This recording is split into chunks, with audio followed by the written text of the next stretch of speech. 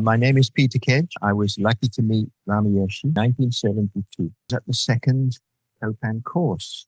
It's extraordinary. So many of the few people that attended those courses are still involved or have been involved all their life.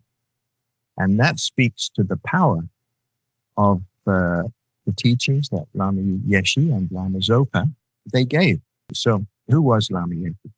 He was born into a poor farming family just outside Lhasa. He attended Sarah Monastic University, and then, like so many other Tibetans, he left in 1959 with literally the shirt on his back, and he traveled across the mountains, the jungles, ended up in Lhasa refugee camp, and in India, and then eventually went to Darjeeling, where he met Zina Richardson.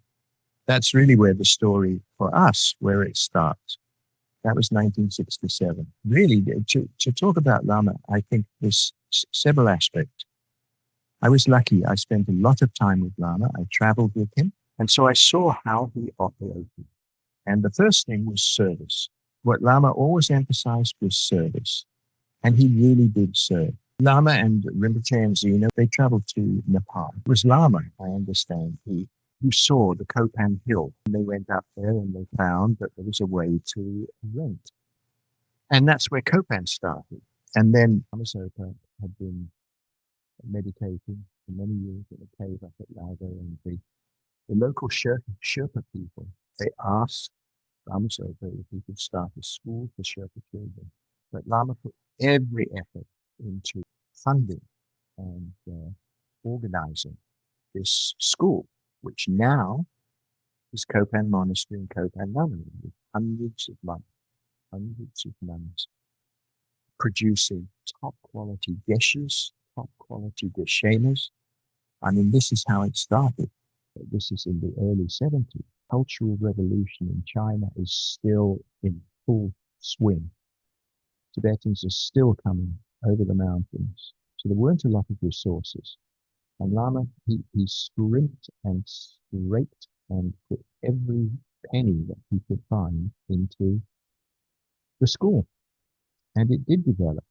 And at the same time, the Copan courses were beginning, the first one in 1971. That tradition has continued. Thousands of people like myself have benefited from those extraordinary courses.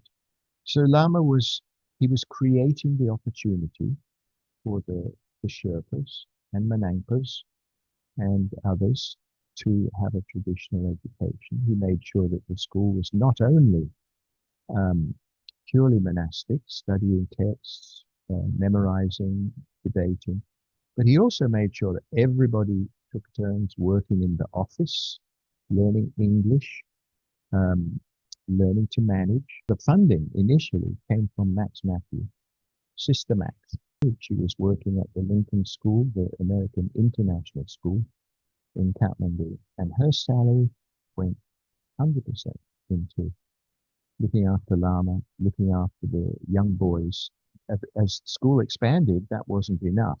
But in the meantime, Lama Yeshe had the young monks drawing pictures and had the Western students take them back to their countries and try to sponsor. Lama is someone who wasn't a Geshe, who wasn't a recognized tulku or incarnation, but apparently he was a reincarnation of an abbess in Tibet. And in many of his teachings, Lama used to say, I don't have education. I'm a Himalayan monk, but he had such a sense of business, of economy. He tried to start a flower nursery to generate funds for Copan. He tried to start a ginger beer factory, but the Western students, they were all too holy. Money was wrong. They didn't want to be involved in money. It was very difficult, but Lama kept emphasizing, have to do business, have to make ourselves self-sufficient. And then Lama started to travel by invitation of students. When I was traveling with Lama, I could see every offering that Lama got and Rinpoche got. He tried to put together, and it was all for supporting Copan. So that's how Lama was, was creating opportunities for the Tibetans, Sherpas, for the Westerners. But also, Lama never forgot Sarah. There was one time we were in Switzerland. There was a Geshe in Switzerland who Lama knew, and together with this Geshe, we went round every Tibetan family that this Geshe knew of. Lama and the Geshe would make people, and they would ask if they could, if the family could make a donation for Sarah. And then Lama, he looked after his family, he looked after his friends, he looked after the young monks. He made sure that there was good food in Copan. As Lama started to travel, he would bring back seeds, plants, to grow a garden in Copan so that there were vegetables. He was just extraordinary. His vision and mind was something. I used to think, I can see, I know what he's doing, but I couldn't. The vision was so big. He wanted a center in Delhi and in Dharamsala. But it was really strategic. Lama knew so Tibetans and Westerners. Everybody came through Delhi. Tushita in Delhi started. A lot of people came through there. Tushita in Dharamsala with the help of Italian students. Lama initiated what he called the Tibet Reality Project. He wanted to help Tibet. He had an idea that he wanted to build a university in Lhasa. But he also wanted the world to know the reality of the Tibetan situation. And he asked one student to put together as much information and articles and publicize it in relation to Tibet. Lama started universal education. Most of the early students, we barely got our head and arms around Buddhism. But Lama was saying, I want to go beyond Buddhism. I want to go beyond religion. I think there's a way to lead sentient beings to enlightenment without devotion, without the cultural packaging of Tibetan Buddhism.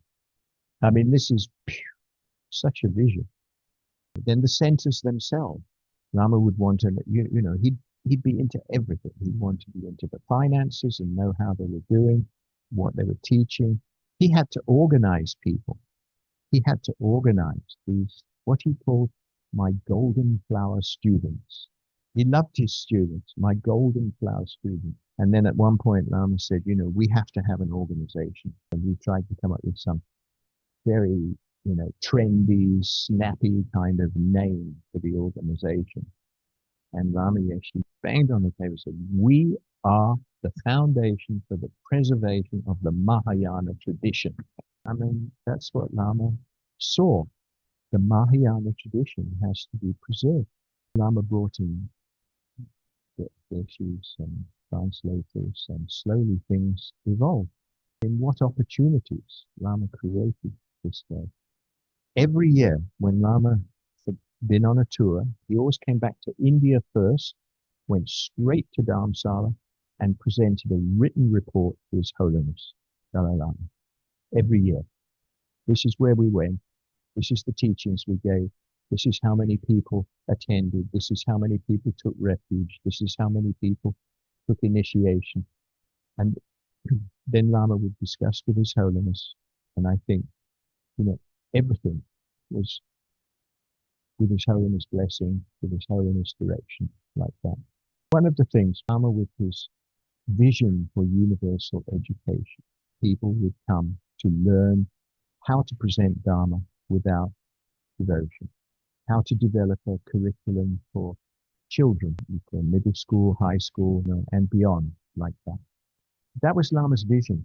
However, Lama would never have even tried to begin that process without discussing with His Holiness. Now, after many years, what is a universal education project? Social, emotional, ethical learning, this C-learning project, is now existent in 12 languages, I understand. It continued. Even Lama wasn't able to do it himself, but it continued. So many things like this. But when you think about it, Lama didn't speak English when he met Zina. The first Copan course was 1971, and Lama passed in 1984. In 13 years, Lama laid the foundation for the FPNT, which is now how many centers, how many study groups, an incredible education system. The Geshes from Kopan, the Geshemas from Kopan Nanu, the premier English language publishing house in the world, Wisdom Publications, Wisdom Archive, universal education schools in several places, hospice in several places, thousands of students. This FPNT, it is a jewel and it works. And it's, in the world, it's so important. And we never forget that after Lama passed for nearly 40 years, Lama Zopa Rinpoche, I mean, as an absolute hero, 24 hours a day, 7 days a week, 365 days a year, Rinpoche has continued Lama's work. But the foundation was Lama Yeshe. No, thank you very much. I mean, every time you think of Lama, I speak about Lama, then the energy just, it's there.